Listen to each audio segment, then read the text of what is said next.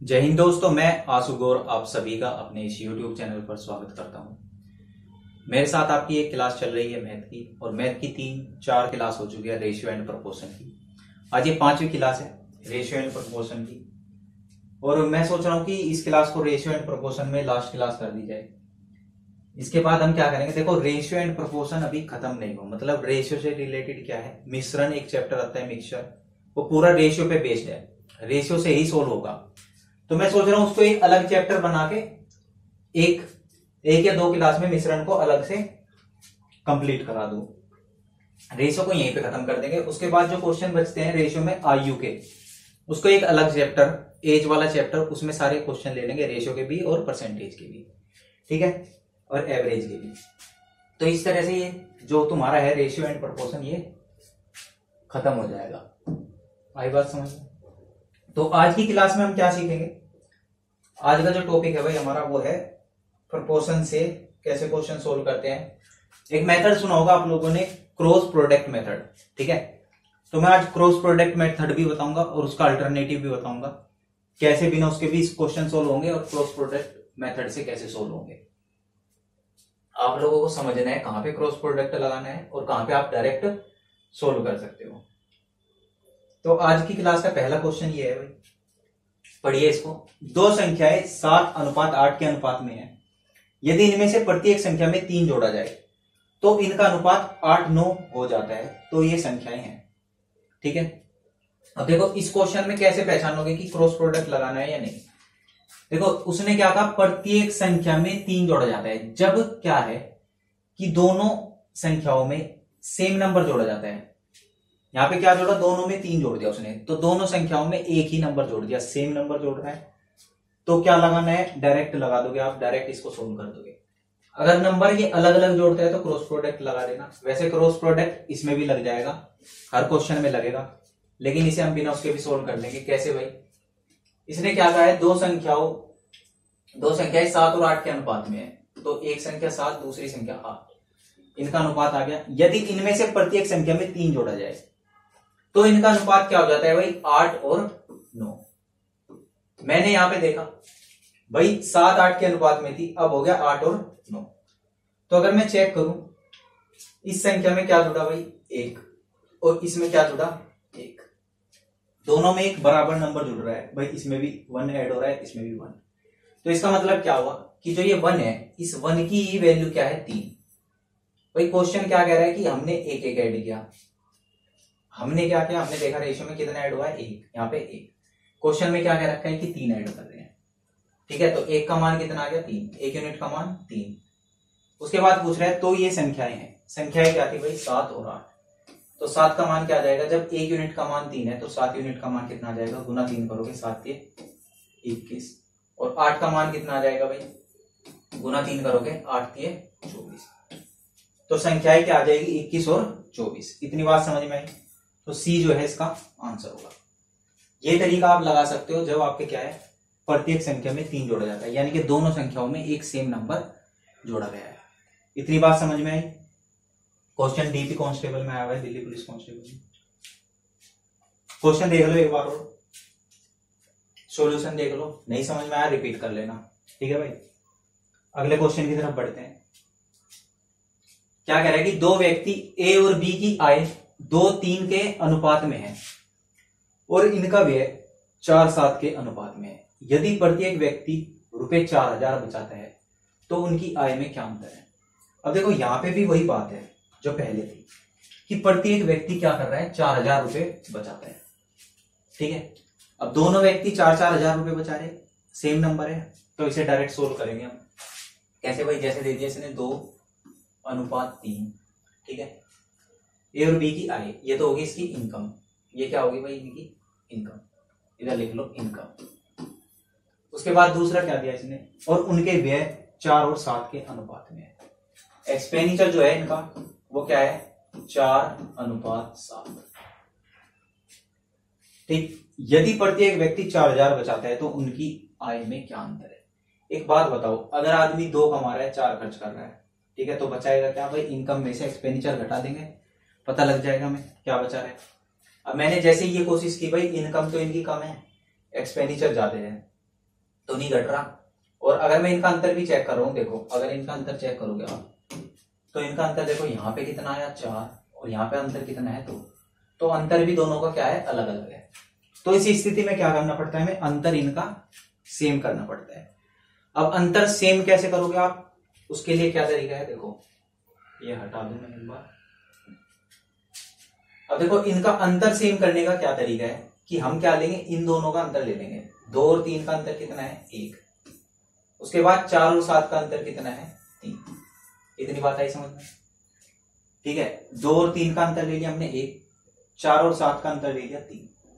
अब क्या करना है हमें, इस 3 की तो ऊपर वालों में मल्टीप्लाई और इस 1 की नीचे वालों में मल्टीप्लाई। आई बात समझ। तो क्या हो जाएगा भाई, 3 के ऊपर वालों में होगी 3 दूनी 6 और 3 के 9 और 1 के नीचे वालों में होगी 4 और 7। अब अनुपात नया जो है आपका वो क्या आ गया 6, 9 और 4 और 7। ठीक है। अब देखो इनका गैप। अब दोबारा से चेक करेंगे हम इनका गैप। इधर गैप कितने का आ गया 2 यूनिट का, इधर गैप कितने का आ गया 2 यूनिट का, यानी कि गैप क्या हो गया, इक्वल हो गया। हमने क्या किया, गैप को इक्वल बना लिया। तरीका आप लोगों के समझ में आ गया कैसे बनाया। अब उसने कहा है यदि प्रत्येक व्यक्ति 4000 रुपए बचाता है, यहां पे देखो कितने बचा रहा 2 यूनिट। क्वेश्चन में क्या कह रहा है कि प्रत्येक व्यक्ति कितना बचा रहा 4000।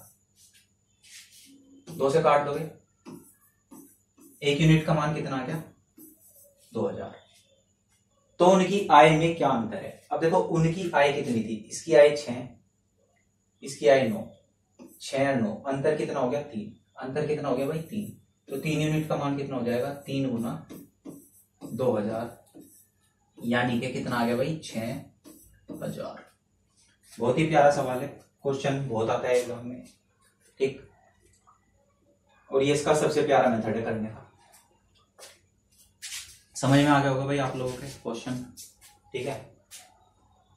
अब देखो ये तरीका आपको याद रखना है। एक तो ये तरीका बताया मैंने, जब क्या करोगे आप इनका गैप इक्वल करोगे। कैसे भाई, इनका अंतर लेकर, इनका अंतर लो उल्टी गुना कर दो, इसके ऊपर इसके नीचे, ठीक है। Next question. अच्छा 3 क्वेश्चन हो गए, एक क्वेश्चन रहेगा बीच में, ये वाला। इस क्वेश्चन को देखोगे, ये क्या है,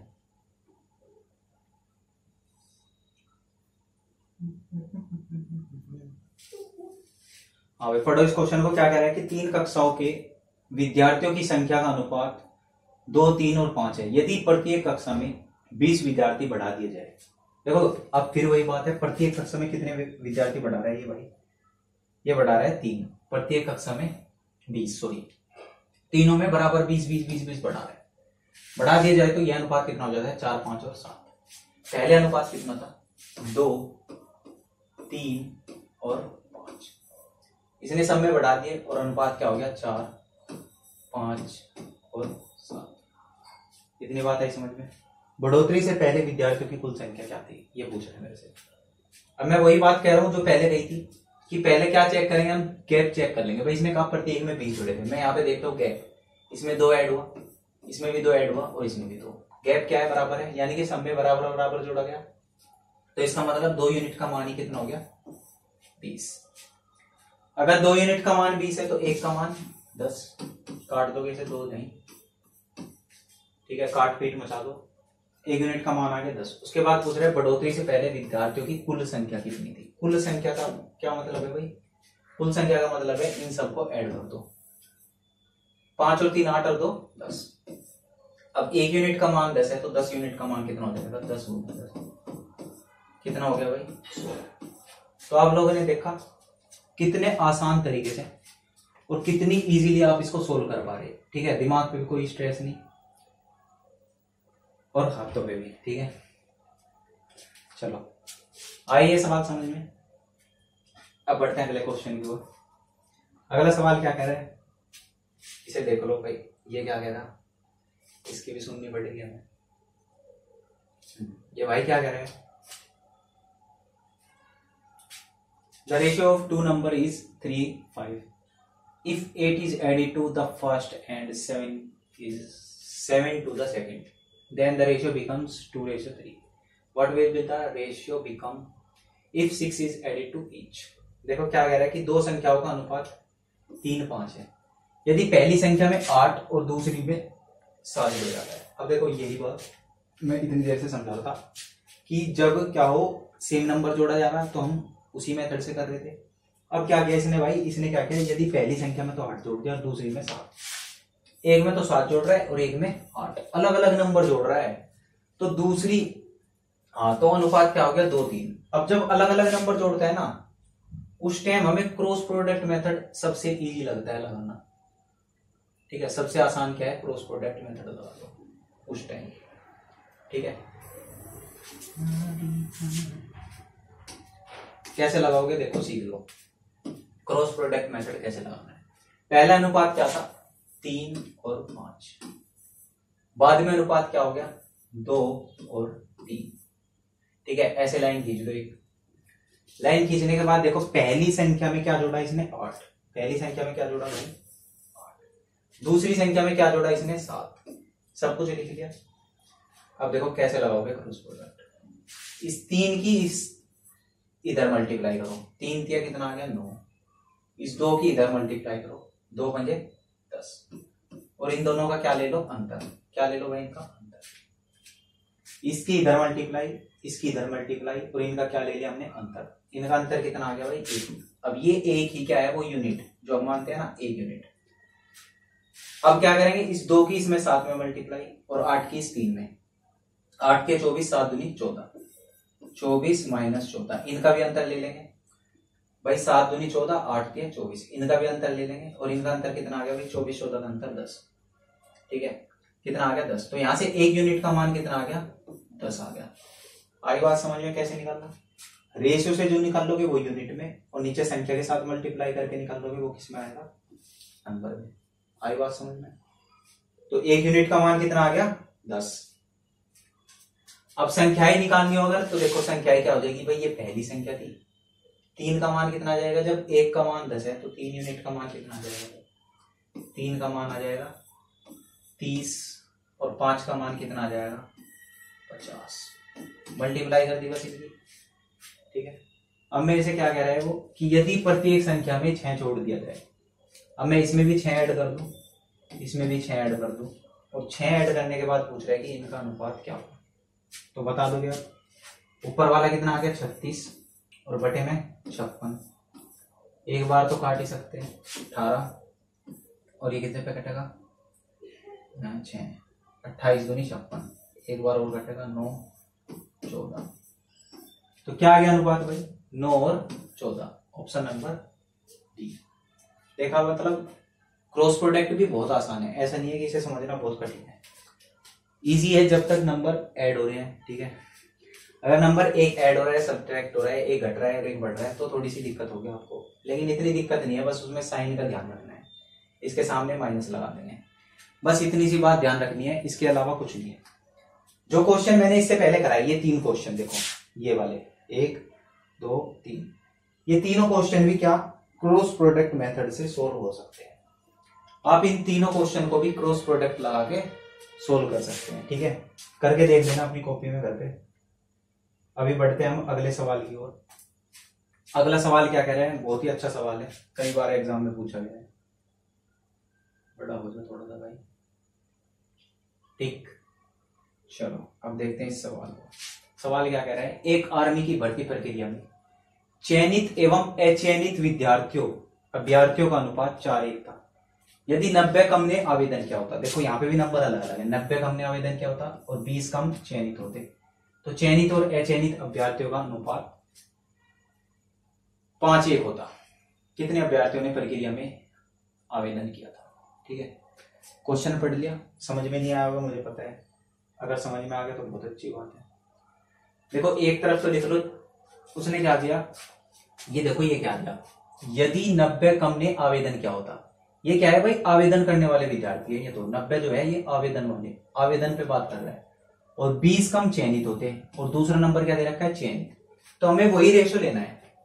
इधर लिख लो आवेदन कितनों ने किया, आवेदन और दूसरा दे रखा है 20 कम चयनित, तो चयनित लेंगे हम। क्या लेंगे? चयनित।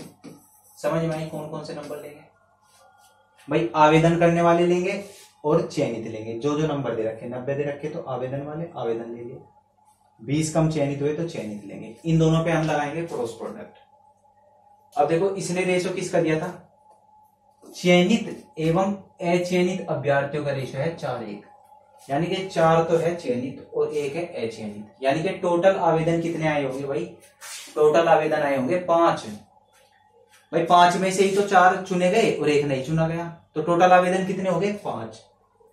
उसके बाद इसने क्या कहा? और इधर लगाना है हमें चयनित। चयनित कितने हो गए? 4। अब समझ में आया इस रेशो के साथ क्या कर दिया भाई मैंने? चयनित कितने थे? 4, और टोटल आवेदन कितने थे? 4 और 1 5, 5 और 4 लगा दिया। दूसरा क्या था नीचे? हाँ, अगर ये सारी प्रक्रिया होती तो चयनित और अचयनित अभ्यर्थियों का अनुपात कितना होता? 5:1, यानी कि टोटल तो हो जाते 6 और चयनित कितने होते उसमें से 5, यानी कि सिलेक्टेड कितने होते भाई? 5। कई बात समझ में? अब लाइन डाल लो और नंबर लिख दो बस। ये 90 है और इधर कितना है?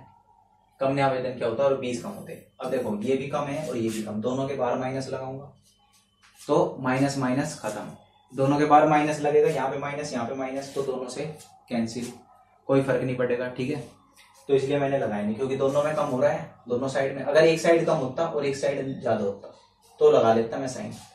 अब इससे कोई फर्क नहीं पड़ेगा, साइन से कोई फर्क नहीं पड़ेगा। अब बस आपको क्रॉस प्रोडक्ट लगाना है। इस 5 की इधर मल्टीप्लाई, 5 पंजे 25, इस 4 की इसमें 24, तो कितना आ गया भाई? 1 यूनिट। 1 यूनिट का मान यहां से निकाल लेंगे।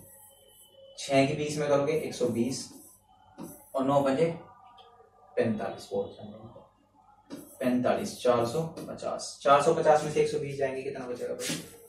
30 ये बचा। ठीक है, 3 ये बचा, 330। तो 1 यूनिट का मान कितना आ गया भाई? 330। आई बात समझ में? तो यहाँ पे आवेदन करने वाले कितने आ जाएंगे भाई? 5 यूनिट आवेदन। हाँ, कितने अभ्यर्थियों ने प्रक्रिया में आवेदन किया वो ही पूछा है इसने। तो 5 यूनिट का मान कितना आ जाएगा भाई? 330 और गुना में क्या कर देंगे? 5 कर दो भाई। 5 0 0, 5 3 15, 1 5 3 15, 100, कितना आ गया भाई? 1650। तो बहुत ही खूबसूरत तरीका है। ठीक है, बहुत ही अच्छे से समझाया है। अगर नहीं समझ में आया तो एक बार और रिपीट कर लो भाई वीडियो को, अच्छे से समझ में आ जाएगा क्या किया हमने। ठीक है, 1-2 क्वेश्चन और करेंगे इसी तरह के, तो और क्लियर हो जाएगा ये मेथड भी और ये कैसे हम लगा रहे हैं, क्या तरीका है। ठीक है, अगला सवाल देख लो इसी बात पे क्या कह रहे हैं भैया। चलो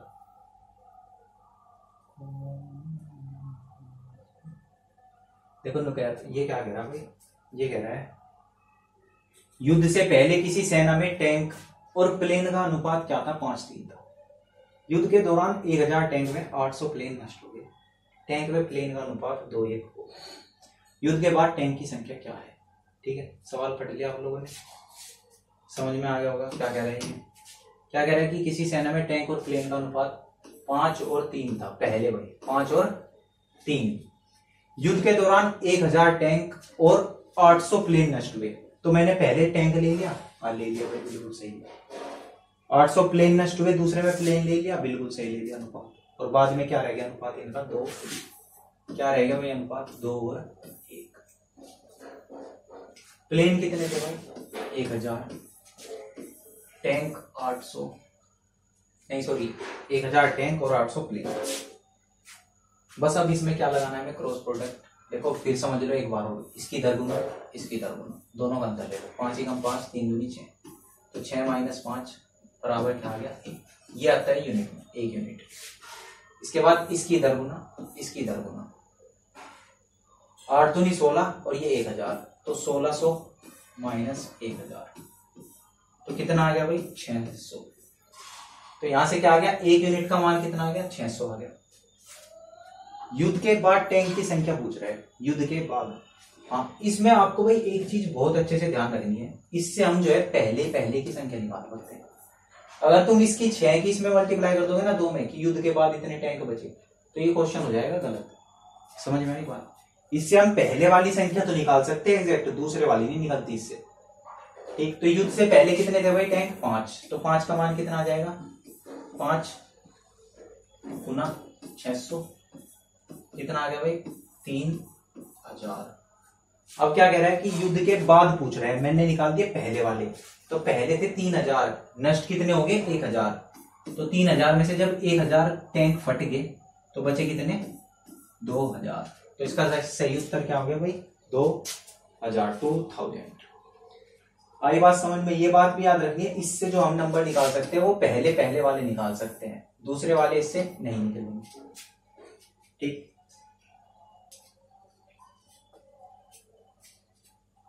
छह क्वेश्चन हो गए भाई, देखते ही देखते। अब देखो क्वेश्चन नंबर 7। 1 मिनट में वीडियो भी चेक कर लो सही से चल रही है कि नहीं, पता लगा हम ऐसे ही पढ़ा रहे। ठीक है, थोड़ा ब्राइटनेस ज्यादा है। चलो देखो भाई, सवाल क्या कह रहा है? The income of A and B are in the ratio 5:3 and their expenses are in the ratio of 9:5. If both sales respectively 1300 and 900, then find their income. देखो एक ऐसे ही सेम सवाल पहले किया हमने, लेकिन उसमें क्या था, दोनों भाई 4000 बचा रहे थे, दोनों 4000। यहाँ पे क्या है, अलग अलग बचा रहे, एक 1300 बचा रहा, दूसरा 900। अब वही बात आ गई, मैंने बोला था भाई अगर अलग अलग पैसे बचा रहे तो हमें क्रॉस प्रोडक्ट लगाना सबसे बेस्ट मेथड है। क्रॉस प्रोडक्ट लगा दो उठा के, कुछ नहीं करना। 5 3 और खर्च कितना हो गया भाई उनका? 9 और 5। ठीक है, ए और बी का। एक ने कितने बचाए? 1300 और दूसरे ने कितने बचाए? 900। इतनी बात है इसमें। तो दोनों की आय क्या होगी? बस क्रॉस प्रोडक्ट लगा दो इसमें। 5 पंजे 25, 9 3 27। 27 में से 25 गए 2 यूनिट। अब डायरेक्ट लिख रहा हूँ भाई, 9 9 81 और 13 पंजे 65। तो 81 में से 65 जाएंगे, कितने बचेंगे भाई? 11 में से 5 गए 6, 7 में से 16 और 2 जीरो चिपका 1600। 2 यूनिट का मान कितना आ गया? 1600। 2 से काट दो, 1 यूनिट का मान कितना आ गया? 800। मेरे से पूछ रहा है क्या? तो दोनों की आय क्या है? अब इसकी आय कितनी आ जाएगी भाई? 8, ये है 5 और 1 यूनिट का मान है 800। तो इसकी आय कितनी आ जाएगी? 5 यूनिट का मान कितना हो गया भाई? 8 पंजे 40, 4000। ये दिखाई दिया हमें यहाँ पे, दूसरे की निकालने की जरूरत भी नहीं है, वैसे निकाल लो। 3 8 24। ठीक है, आगे बात समझ में कैसे करना सवाल, कैसे क्रॉस प्रोडक्ट मेथड यूज करना है आपको। ठीक भाई, इससे ज्यादा मैं इसे एक्सप्लेन नहीं कर सकता। अगर अभी भी समझ में नहीं आ रहा तो फिर आप क्या करो, बेसिक तरीके से सोल्व करो। इसे x मान के सोल्व करो। ये x 5x 3x ऐसे मान लो इसको, तब सोल्व करो। ठीक है, एक सवाल बता दो क्या, x से भी बेसिक बिल्कुल। कुछ बच्चे ऐसे होते हैं ना जो स्कूल से सीधे आ गए। बता दो। एक परीक्षा में पास हुए व फेल हुए छात्रों का अनुपात कितना है? 25:4। यदि 5 छात्र और आ जाएं तो फेल हुए छात्र 2 कम हो जाए। देखो ये क्या कह रहा है कि 5 छात्र और आ जाए, 5 छात्रों ने और प्रवेश ले लिया और 2 कम हो जाए, फेल वाले 2 कम हो जाए। तो अब देखो हम क्रॉस प्रोडक्ट लगाएंगे किस पे भाई? कुल छात्रों पे और फेल हुए छात्रों पे। तो यहाँ पे तो लिख लो कुल छात्र। अब देखो उसने क्या दिया? पास हुए व फेल हुए छात्र, तो कुल कितने हो जाएंगे भाई? 29। भाई 25 पास हुए, 4 फेल हुए, टोटल कितने थे? 29। दूसरा दे रखा उसने फेल हुए छात्रों की संख्या, तो फेल हुए कितने हो गए भाई? 4, सॉरी हाँ 4, ठीक है बिल्कुल। उसके बाद दूसरे में क्या दिया? पास हुए छात्रों में फेल हुए छात्रों की संख्या 22 3 हो जाती है, तो टोटल तो हो जाएंगे भाई 25 और फेल कितने हो गए? 3। अब देखो यहाँ पे एक ध्यान देने वाली बात क्या है, यदि 5 छात्र और आ जाएं, वे फेल हुए छात्र 2 कम हो जाएं, यानी कि 5 तो आए हैं, ये तो हुए ऐड, और दूसरे जो फेल हुए वे हुए कम, ये माइनस में है। इस बार हमें प्लस माइनस लेना पड़ेगा क्योंकि यहाँ पे छात्र आए हैं और ये हुए हैं कम। ठीक, इससे पहले हमें जरूरत नहीं पड़ रही थी क्योंकि यहाँ पे भी कम हो रहे थे, यहाँ पे भी कम हो रहे थे, लेकिन यहाँ पे क्या हुआ? एक में बढ़े और एक में घटे, तो मैंने साइन लगा दी इनके। अब लगा दो इसमें क्रॉस प्रोडक्ट मेथड। 29 थे 87 87, ठीक है बिल्कुल सही। और 25 चौका 100, तो 100 में से 87 घटाओगे कितना बचेगा भाई 13। तो 13 यूनिट का मान अब इधर से ढूंढना पड़ेगा। देखो ये क्या करोगे आप, 25 दूनी 50, कितना आएगा -50, ठीक है। और 5 दिए 15, -15 कर दो इसमें से, तो माइनस माइनस क्या हो जाएगा, प्लस हो जाएगा, 65 आ जाएगा यहाँ पे।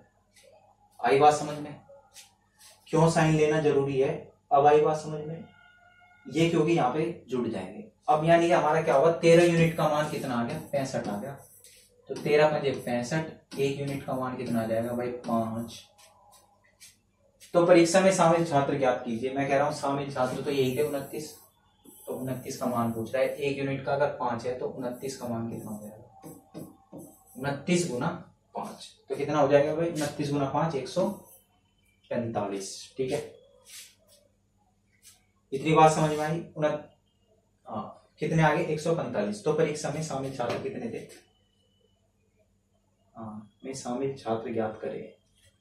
ये बाद वाले तो नहीं पूछ रहा हमारे से, नहीं, यदि 5 छात्र और आ जाए तो परीक्षा में शामिल छात्र, हाँ पहले वाले पूछ रहा है कि परीक्षा में कितने छात्र शामिल हुए थे वो ज्ञात करें। इतनी बात आई समझ में। परीक्षा में 145 छात्र शामिल हुए थे, ठीक है। तो कैसे लगाना है, जब कम या ज्यादा होगी, अलग अलग होगी, तो बस एक प्लस ले लो और एक माइनस ले लो। अब देखो भाई अगला सवाल क्या है, इसे थोड़ा छोटा करो, थोड़ा सा बड़ा। अब आगे देखो सवाल, क्रॉस प्रोडक्ट मैंने अच्छे से बता दिया, उससे पहले डिफरेंस लेके कैसे इक्वल करना है वो भी समझ में आ गया। अब ये है अगला टाइप। ये टाइप क्या है, सिक्के वाले सवाल। ये भी देखे होंगे एग्जाम में, किताबों में बहुत मिलते हैं सिक्के वाले, बहुत परेशान करते हैं। आज इसको भी खत्म कर देंगे, कुछ नहीं छोड़ने का। क्या कह रहा है ये, एक थैले में 50 पैसे, 25 पैसे और 1 रुपए के सिक्के हैं, 5, 6 और 2 के अनुपात में। तो सिक्कों का अनुपात क्या है, 5, 6 और 2। यदि थैले में कुल रुपए कितने हैं 1260, तो 50 पैसे के सिक्कों की संख्या बताएं। आपको इस तरह के क्वेश्चन में क्या ध्यान रखना है, देखो ध्यान देने वाली बात क्या है, इसने क्या दिया, ये दिया है रूपों में। क्या दिया है ये, रूपों में। कितने रुपए हैं 1260 रुपए। कितने रुपए हैं भाई 1260 रुपए। और उसके बाद ये दिया है सिक्के, ये दिया है सिक्के। तो जो ये अनुपात सिक्कों में दिया है 5, 6 और 2, इसे कहीं में बदल लोगे तुम, रुपयों में बदल लो, बस इतना काम करना है आपको, क्योंकि ये दिया हुआ है रुपयों में और ये है सिक्के। अब मेरे भाई एक बात बताओ, अगर 5 सिक्के है आपके पास और सिक्के किस किस के हैं 50 पैसे के, अगर 50-50 पैसे के 5 सिक्के हैं तो कितने रुपए हो गए, 2.5 रुपए हो गए, 2.5 रुपए हो गए भाई 5 सिक्के 50-50 पैसे के। दूसरा क्या कहा, 6 सिक्के हैं 25 पैसे के, तो कितने रुपए हो जाएंगे, 1.5 रुपए हो जाएगा। तीसरा क्या कहा, 1 रुपए के सिक्के हैं 2, तो 2 रुपए हो जाएंगे भाई। अगर 1 रुपए के 2 सिक्के हैं तो 2 रुपए हो गए। रेशो क्या आ गया, 2.5 रेशो 1.5 रेशो 2। ये ऐसे सिंपल कर लो, चलो पॉइंट पॉइंट और 1 0 इधर चिपका दो। 5 पंजे 25, 5 3 15, 5 चौक 20। थोड़ा सा सोल्व कर लिया हमने। तो देखो क्या कह रहा है कि कुल रुपए कितने हैं 1260। हमने यहाँ पे देखा, यहाँ पे कुल रुपए कितने आ गए, 4 3 7 और 5 12, और उसने क्या कहा है 1260। तो 12 का मान 1260, 1 का मान 12 एकम 12, 12 पंजे 60, 105। 1 यूनिट का मान 105। पूछ रहा है मेरे से 50 पैसे के सिक्के, यानी कि ये वाले 50 पैसे के ये थे ना स्टार्टिंग वाले, तो इसमें मल्टीप्लाई करोगे रुपए पता लग जाएंगे भाई। 5 यूनिट का मान कितना आ जाएगा, 5 गुना 105, कितना हो गया भाई, 5 पंजे 25 और 100 पंजे 500, 525 रुपए। कितने हैं भाई 525 रुपए। अब उसने पूछा है 50 पैसे के सिक्के, तो मेरे भाई इतनी बात बताओ, अगर 525 रुपए है आपके पास और सारे 50-50 पैसे के सिक्कों के रूप में है, तो कितने सिक्के हो जाएंगे, 1 रुपए में 2 सिक्के, 2 रुपए में 4 सिक्के, 4 रुपए में 8 सिक्के, तो 525 रुपए में कितने हो जाएंगे, 525 गुना 2, यानी कि 1050 सिक्के। Option number C. आगे बात समझ में, कितने हो जाएंगे भाई 1050 सिक्के। क्वेश्चन समझ में आया कैसे करना भाई, पहले देख लो उसने दे क्या रखा है, रुपए में दे रखा है तो इसे रुपए में चेंज कर लोगे। सिक्कों में दे रखा तो सिक्कों में चेंज कर दोगे। अगला सवाल आपकी स्क्रीन पर ये पड़ा, सोल्व करो भाई। इसे क्या कहा, एक थैले में 305 की राशि है, मतलब रुपए हैं 305 और 4:5:7 के अनुपात में 50 पैसे, 25 पैसे, 10 पैसे और 50 पैसे के सिक्के के रूप में है। क्रम से प्रत्येक प्रकार के सिक्कों की संख्या पूछ रहा है। अब हर सब की सिक्कों की संख्या पूछ ली, करने का तरीका वही रहेगा भाई, सेम वही मेथड यूज करना है। ठीक है, अलग अलग सिक्के निकाल देंगे।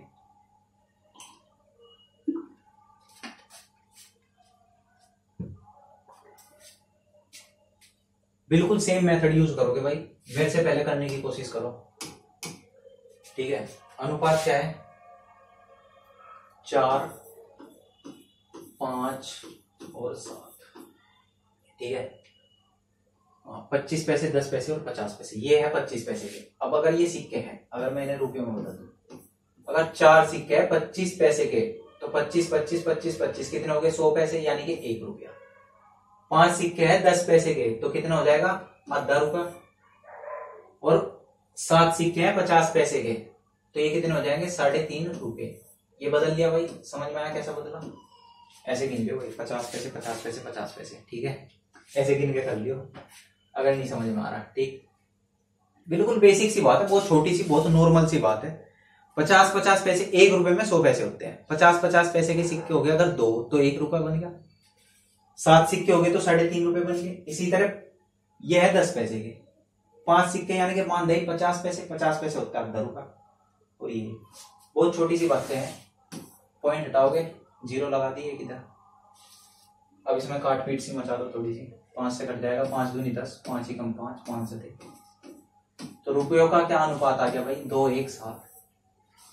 टोटल करोगे यहां से कितना आ जाएगा, 7 और 1 8 और 2 10, तो 10 यूनिट का मान कितने रुपए दिया इसने, 305। काट दोगे इसे, 30.5 आ गया। ठीक है, 1 यूनिट का मान। क्रम से प्रत्येक प्रकार के सिक्कों की संख्या अब अलग अलग सबकी निकालनी पड़ेगी भाई मुझे। तो पहले अगर मैं ये 2 रुपए हैं, इसकी इसमें मल्टीप्लाई करूंगा तो ये वाले रुपए आ जाएंगे। 2 की 30.5 में करेंगे कितना आ जाएगा भाई, 30 दूनी 60 और 1 61, कितना आ गया 61। अब इसकी इसमें करोगे तो 1 में तो यही आएगा 30.5 और 7 में करोगे तो कितना आ जाएगा भाई, 7 पंजे 35, 3 इधर 7 21, 213.5। अब इनको भाई एक और बड़ा सा काम है यहाँ पे, इन्हें सबको रुपए में बदलना, रुपए नहीं सिक्कों में। अब अगर 61 रुपए हैं आपके पास, 61 रुपए हैं और सारे कितने के हैं, 25 25 25 पैसे। पहले वाला 25 पैसे है ना, 61 रुपए है और प्रत्येक 7 8 9 10, मुझे कुछ गड़बड़ सी क्यों लग रही, देखो चलो करके करते हैं। 61 रुपए में देखो, 1 रुपए में कितने सिक्के होंगे, 25 पैसे के 4 सिक्के। 1 रुपए में 4 सिक्के, तो 61 रुपए में कितने हो जाएंगे, 61 गुना 4, कितना आ गया, 4 ही कम 4, 4 6 24। एक ही ऑप्शन से कर दोगे तुम, 244। ठीक है, बाकी निकालना चाहो निकाल लो, नहीं तो मन है तो मत निकालो। लेकिन मैं बता देता हूं, जैसे दूसरे हैं 10 पैसे के, ये है 10 पैसे। अब अगर ये 10 पैसे हैं, 1 रुपए में कितने पैसे होंगे 10 पैसे के सिक्के, 1 रुपए में देखो 10 10 10 10 10 10 10 10 10 10, 100 पैसे का 1 रुपया, यानी कि 10 सिक्के लगेंगे। तो अगर 10 सिक्के लगेंगे तो इसमें किससे मल्टीप्लाई कर दोगे, 10 से। 10 से मल्टीप्लाई करोगे तो कितना आ जाएगा, 305। अब ये कहीं के है, ये 50-50 पैसे के सिक्के हैं, 1 रुपए में 2 सिक्के होते हैं, तो 313.5 रुपए में कितने हो जाएंगे, 2 से गुना कर दोगे। 313 का 2 गुना 426 और 1 427, तो उत्तर आपका यही सही है, 427। आई बात समझ में, कैसे सिक्के निकाल लोगे, कोई इतनी बड़ी बात नहीं है। बस एक तो जो बताया जा रहा है उसे ध्यान से समझो, एक बात समझने के बाद क्वेश्चन को सोल्व करो, बड़े प्यार से क्वेश्चन सोल्व हो जाएगा, धीरे धीरे स्टेप बाय स्टेप सोल्व करना आपको। अब देखो अगला क्वेश्चन क्या कह रहा है, ये कह रहा है कि पर्स में पैसे पड़े हैं, पर्स में पैसे, पर्स में पैसे तो भाई सबको अच्छे लगते हैं।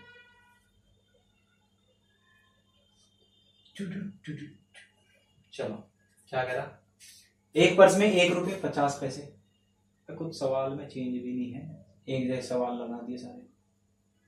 तो ये सवाल भाई खुद कर लेना, सेम सवाल है बिल्कुल, तरीका भी सेम होगा इसका। 10 पैसे के सिक्के निकालने हैं, यहाँ पे भी रुपए में दे रखा है, इन्हें सबको क्या करोगे, रुपए रुपए रुपए में बदल दोगे, क्वेश्चन सोल्व कर लोगे। ये कुछ अलग होना चाहिए सवाल। ये भी सेम सही, चलो थोड़ा सा अलग है, इसको फिर भी करा देते हैं। रुपए वाला नहीं आया ये क्वेश्चन, गड़बड़ होगी, कोई बात नहीं। चलिए लास्ट है, चलो बता दूंगा मैं अगली क्लास में 1-2 सवाल लेके। एक थैले में 390 रुपए हैं, ठीक, कितने रुपए हैं भाई, 390, जो कि 5 रुपए 2 रुपए और 1 रुपए के सिक्के के रूप में है। 5 रुपए के सिक्कों की संख्या 2 रुपए के सिक्कों की संख्या से 3/2 भाग है। भाई क्या कह रहा है कि 5 रुपए के सिक्कों की संख्या 2 रुपए के सिक्कों की संख्या का 3/2 है, यानी कि अगर 2 रुपए के सिक्के 2 है, देखो ऐसे लिख लो, इसे बता रखा ना जो लास्ट में आया ये, इसका मान क्या है, नीचे रखा है। तो 5 रुपए के, 2 रुपए के और तीसरा कौन सा है, 1 रुपए के। तो 5 के सिक्कों की संख्या 2 रुपए के सिक्कों की संख्या का 3/2 है, यानी कि अगर ये 3 है, अलग रंग लगा अच्छे से समझ में आएगा। अगर ये 3 है तो ये कितना है, 2 है। आई बात समझ में। उसके बाद क्या कहा इसने, 2 रुपए के सिक्कों की संख्या 1 रुपए के सिक्कों की संख्या का 4 गुना है। 2 रुपए के सिक्कों की संख्या 4 गुना है किसकी, 1 रुपए के सिक्कों की। यहां से इनका रेशो निकाल देंगे, 3 चौक 12, 2 चौक 8, 2 एकम 2। ये क्या आ गया भाई, रेशियो, एक बार काट दो, 6 4 1। ये क्या आ गई, सिक्कों का रेशियो आ गया, ठीक है, सिक्कों का रेशियो आ गया 6 4 1। बस ये निकालना था, इसके बाद क्वेश्चन सेम है पहले की तरह। मुझे ना 1 रुपए सिक्के वाला भी लेना था सवाल, वो पता नहीं कैसे मिस हो गया। कोई बात नहीं, अगली क्लास में मैं लेकर आऊंगा जरूर वे वाले क्वेश्चन भी, जिसमें क्या देता है, सिक्के दे देता है और फिर रुपए पूछता है। इसमें तो सब में सिक्के पूछ लिए, ठीक। अभी क्या आ गया भाई, ये सिक्के हैं, इसको रुपए में बदल दो। 5 रुपए के 6 सिक्के कितने रुपए हो जाएंगे भाई, 5 6 30 रुपए हो गए। 4 सिक्के 2-2 रुपए के, 2-2 रुपए के अगर 4 सिक्के हैं तो 2 चौक 8 रुपए हो गए, और 1 सिक्का 1 रुपए का तो 1 ही रुपया होगा। इसमें कोई रॉकेट साइंस नहीं है, इतनी बड़ी बात नहीं बता दी मैंने। तो टोटल रुपए कितने हो गए, 30 और 8 38 और 1 39। 39 का मान वहां पे कितना दे रखा है, 390। 1 का मान कितना आ गया भाई, 10, ठीक। उसके बाद 5 रुपए के सिक्के पूछ रहे हैं, तो 10 आ गया 1 का मान, तो 5 रुपए के सिक्के हैं ये 30 रुपए, तो 30 दाम 300, कितना आ गया भाई, 300 रुपए है इसमें। 300 रुपए है 5-5 के सिक्कों के रूप में। अब अगर 300 रुपए हैं, 5-5 के सिक्के हैं, तो 5 से काट दोगे, 5 6 30 60, कितने सिक्के हैं भाई, 60। उत्तर आ गया। तो इन सवालों को करने में कोई दिक्कत नहीं हुई, ठीक है, बड़े ही आसानी से आपने सोल्व कर लिया। अब देखो मैं आगे की बता रहा हूं तुम्हें, आगे क्या होगा। ये वाले 2-3 सवाल में वे लेकर आऊंगा जिसमें रुपए पूछेगा, ठीक है, वे रह गए तो वे ऐड करूंगा अगली क्लास में। और अगली क्लास में हम पढ़ेंगे मिक्सचर, ठीक है। क्या पढ़ेंगे हम, मिक्सचर पढ़ेंगे। मिक्सचर वैसे तो रेशियो का ही पार्ट है, लेकिन एक अलग चैप्टर के रूप में भी उसे पढ़ा जाता है, ठीक। मिक्सचर के क्वेश्चन करेंगे सारे, हर टाइप का क्वेश्चन होगा उसमें। उसके बाद हम करेंगे आयु वाले क्वेश्चन। उसके बाद ये मान के चलो रेशियो से आपका कोई भी सवाल नहीं बचेगा। अगर पेपर में कोई भी सवाल आता है सब खत्म। मिश्रण और आयु 2 टॉपिक और इसी में करवाऊंगा। उसके बाद आपका रेशियो एंड प्रोपोर्शन बिल्कुल खत्म। उसके बाद हम नेक्स्ट कोई दूसरा चैप्टर स्टार्ट करेंगे। उम्मीद करता हूँ क्लास आप लोगों को अच्छी लग रही होगी। भाई अगर क्लास अच्छी लग रही है तो चैनल को सब्सक्राइब कर दो, वीडियो को लाइक वगैरह कर दिया करो, ठीक है। तो आज के लिए इतना ही। जय हिंद, धन्यवाद।